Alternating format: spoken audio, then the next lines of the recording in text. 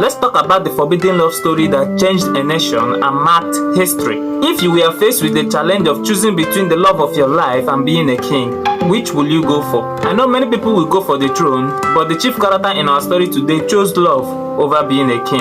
And what happened afterward will blow your mind. So, what went down? It all started with this young man called Seretse. He is a black African man studying law in London. One day at a party, he met a white lady. Her name is Ruth. Seretse was mesmerized by her beauty. He walked up to her, spoke with her, asked her out, and she said yes. And over a short period of time, they deeply fell in love with each other. The love was so strong that Seretse even started feeling that he cannot do without her. So one day he asked, "Will you marry me?" Ruth, who was also very much in love with him, didn't hesitate to say yes. But little did they know that that was when the real problem began. When Seretse told his uncle about his plan to marry a white lady, the backlash was immediate and explosive. Now, this is what you need to understand. This man Seretse is the crown prince of the Bamangwato tribe of what we now know today as Botswana. His grandfather was a king, but when he passed away, his father took over the throne. But just 2 years into the throne, he gave up the ghost and joined his ancestors.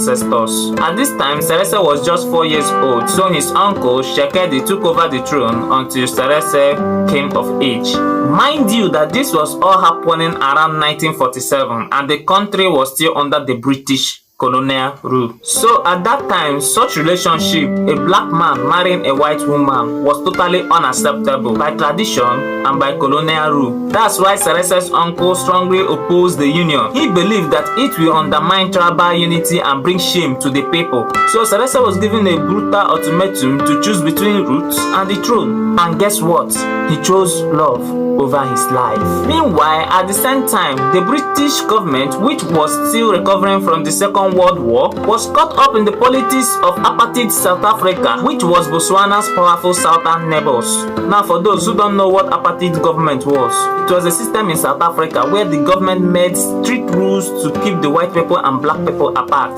Black people were not allowed to mix with the whites. They couldn't go to the same school, live in the same neighborhood, or use the same public space. It was racism at the highest level and it was backed by law. So when South African government heard about this marriage, they were so furious, and so they pressured Britain to act. They didn't want a black king married to a white lady just across their border. So the British government, relying on South African resources and also wanting to maintain political ties, joined in opposing the marriage of their daughter to a black man. But here is the main thing, these two lovers didn't care. They didn't even mind the challenges. The following year, despite political threats and family rejection, they still went ahead and got married in London.